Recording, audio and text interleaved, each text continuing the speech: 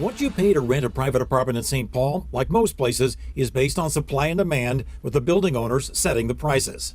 A new coalition of community groups working under the banner of Housing Equity Now St. Paul wants to put the brakes on rent spikes there. When I rented, I never knew what my rent increase was going to be. If there was going to be one, if it would be small and reasonable, or if it would be an amount that would force me out of my home. They formally launched a petition drive today for a proposed ballot question that would cap rent increases at 3% each year in the capital city. And we're not trying to prevent rent increases from happening. What we're trying to do is prevent exploitation of low-income renters from egregious and high rent increases. So the fact that there was really nothing in place to make sure that, renters had protection was kind of sad for me, and I was like, I want to do something to give back to the community. A couple of years ago, in the twin cities of Minneapolis and St. Paul in the great state of Minnesota, there was a ballot initiative that appeared in both cities that would essentially authorize the city council, if they chose to do so, to implement a rent control and rent stabilization scheme. And the reason for this are the reasons that are often cited for pushing these types of schemes: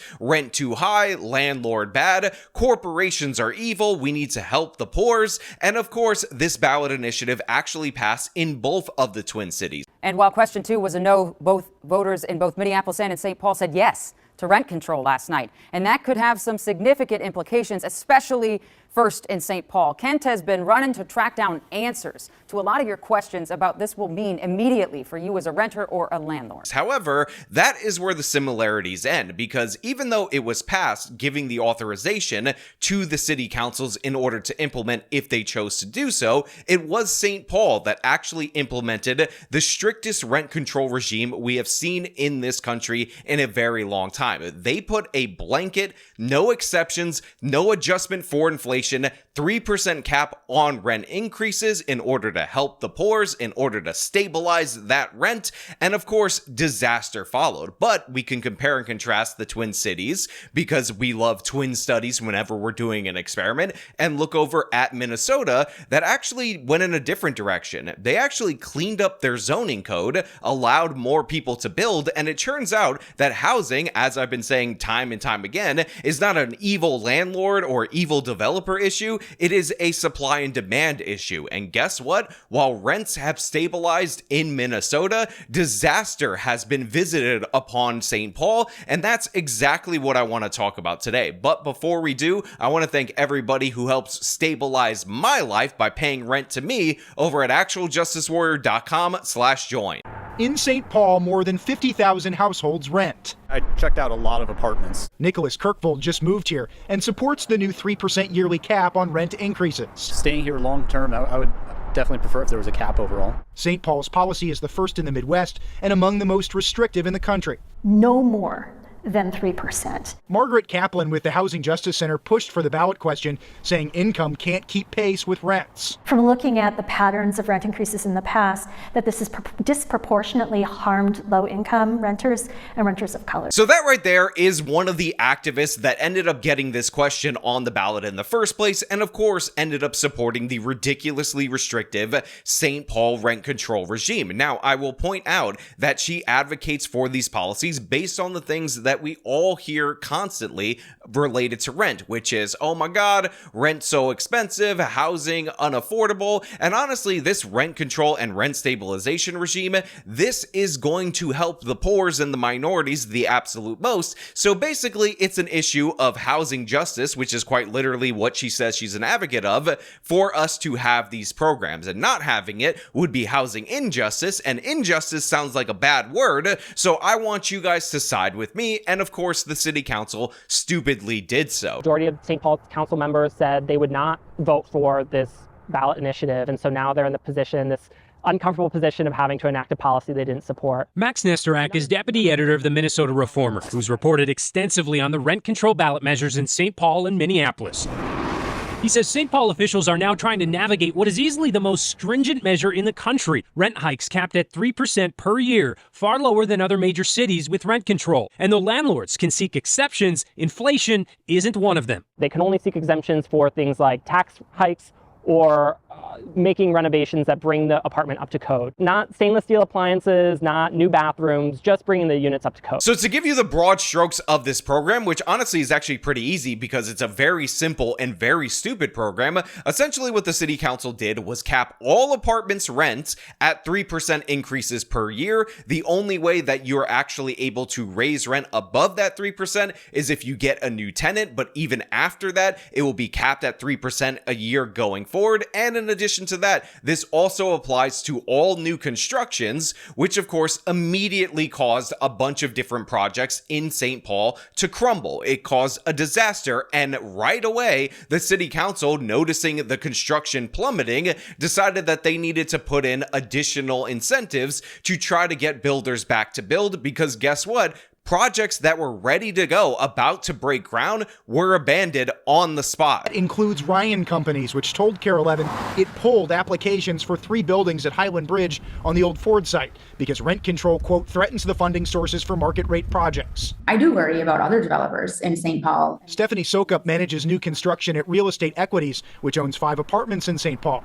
Landlords can apply for exceptions, but unlike most other rent control measures, this one does not exempt new construction. Is this the best solution to help the people that need affordable housing in 5 years? So look, a lot of people vote for things because they sound good, and the idea of your landlord not being able to raise your rent sounds great if you are in fact a tenant, but in reality, it's actually disastrous. It doesn't really help the poor. The only people who are actually served by this are those who get a hold of rent-controlled apartments, and the people that are harmed by this are anybody that are in market rate apartments, which of course this law was so broad that that actually means no one, and new people looking to move to the city, because the fact is the cost of running a building and maintaining it do not go away or get capped at 3% just because you put a 3% cap. In fact, over time, maintenance costs tend to increase in these buildings, and this is one of the reasons why we have this phenomenon known as slumlords, and they're very common in places like New York, Los Angeles, San Francisco, and all these different various places that implement these regimes. Now, of course, you can have slumlords in areas where they don't have rent control or rent stabilization. Obviously, Texas bans that outright at the statewide level. But the thing is, while you can highlight individual cases in any state in this country, you cannot ignore the fact that rent control actually incentivizes this behavior, because maintaining the property at lower and lower returns, especially when you're not adjusting for inflation, ends up costing you way more money. However, making the property disgusting and horrible increases the chances of you moving a tenant out, and then you can get an adjustment when a new tenant moves in. So yes, slumlords can exist anywhere, but in reality, in a place where you have rent control and rent stabilization, that behavior is incentivized for the landlord. In addition to that, you also run into the problem where people never leave their apartments, because the apartment that you're in is locked in. There's no reason for you to leave if you don't want to pay higher prices, so you end up staying far beyond the normal time that you would stay. And also, people end up working out all these different various arrangements where they hand these stabilized and controlled apartments to their friends or family members as a way to avoid it going back out on the market. Now, normally people move into a city, sometimes they move out to a city, and new people looking to come in end up moving into those apartments when other people move out. But what you actually did is created more scarcity in the market, because you have people staying artificially way longer than they would because they're incentivized in order to do so. In addition to that, it never changes the reason why rents are so high in a place like St. Paul, which is of course that you don't build enough in order to compensate for the new demand. Again, compare and contrast St. Paul's actual attempt to solve this problem with the city of Austin. Without the ability to do rent control because it's banned statewide, and without the ability to zone more in order to increase property values for constituents looking to take advantage of the government in order to do so, the Austin City Council could only go one way, which of course was allowing for more building. They did exactly that, and by the numbers, Austin's rents have fallen for their peak, which is not true in a bunch of these other major municipalities. In fact,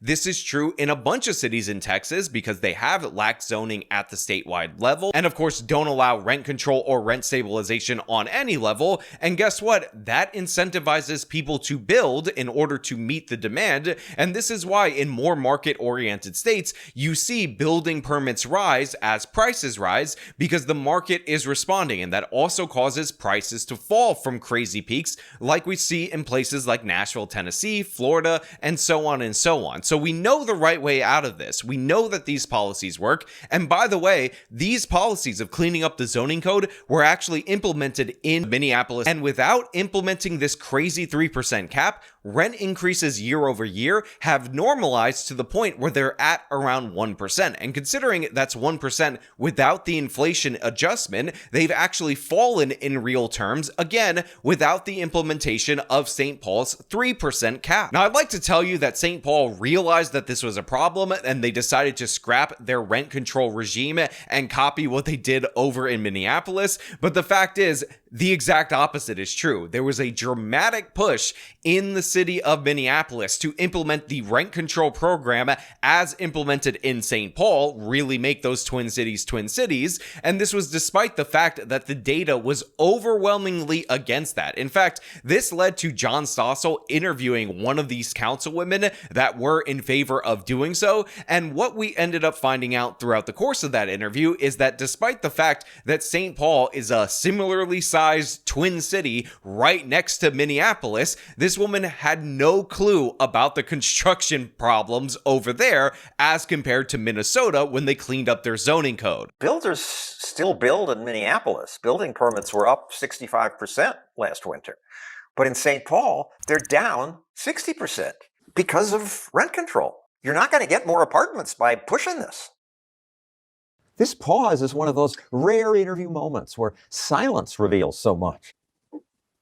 First of all, bravo to John Stossel for just holding on that. And if you guys are curious about what her answer was in response to that, it was something, housing is a human right, something. Full Stossel clip will be linked in the description of this video. I mean, don't elected officials research issues before imposing government force on others?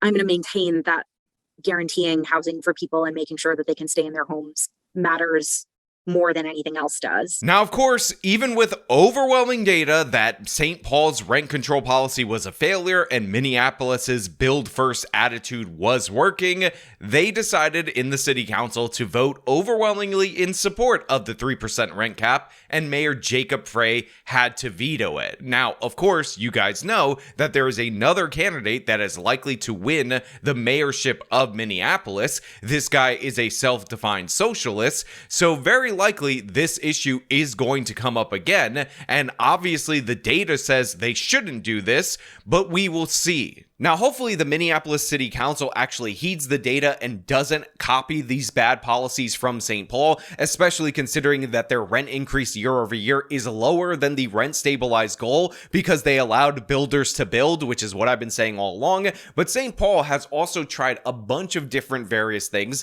in order to stimulate building while still trying to cling on to their rent control / stabilization program. So one of the first things that they try to do was create an exemption for new buildings. New buildings, you don't got to worry about rent control / rent stabilization. It's going to be totally fine. And of course, this means that those buildings, because you haven't changed supply and demand all that much, are going to go up in price dramatically. This is what happens in New York City. We got 44% of the apartments under the rent stabilization program. They're kept artificially low, average price around $1,500 a month. There's restrictions on building in other parts of the city. So that's why you see insanely high average rent prices for New York City, like $2,500 a month. And we're not even talking about Manhattan, where the average price gets close to $4,000 to $5,000. So yeah, you end up bidding up the cost of the non-rent control and rent stabilized units. Responding to concerns, Mayor Carter's administration called on the city council Monday to exempt new housing construction from the cap.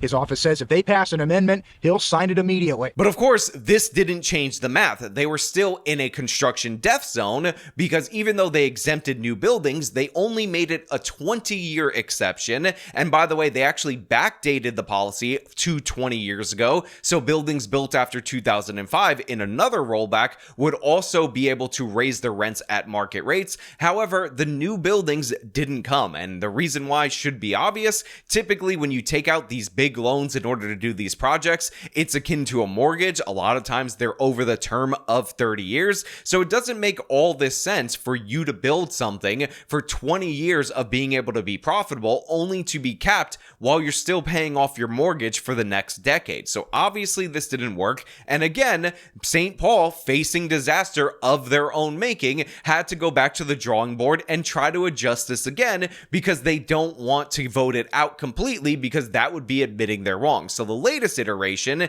is, of course, they just exempted everything after 2005. After 2005, not subject to the ordinance. Everything pre-2005 will be subject to the ordinance. But the fact is, this will also fail for the same reasons that I outlined earlier. With this new amendment, it permanently removes rent caps for any property built in 2005 and later. The original rent control ordinance that went into effect 3 years ago put a 3% cap on yearly rent raises, only exempting buildings built in the last 20 years. But now any building built in 2004 and earlier will always have that 3% cap. Meanwhile, property owners whose buildings were built in 2005 or newer won't ever see that cap. There was a lot of back and forth between council members. So if you guys will recall, recently I talked about a segment of Pod Save America where they were talking to an LA City Councilwoman, and I addressed the fact that about 60 to 70% of the apartments in the city of Los Angeles are covered by their current rent stabilization ordinance. Well, what I didn't mention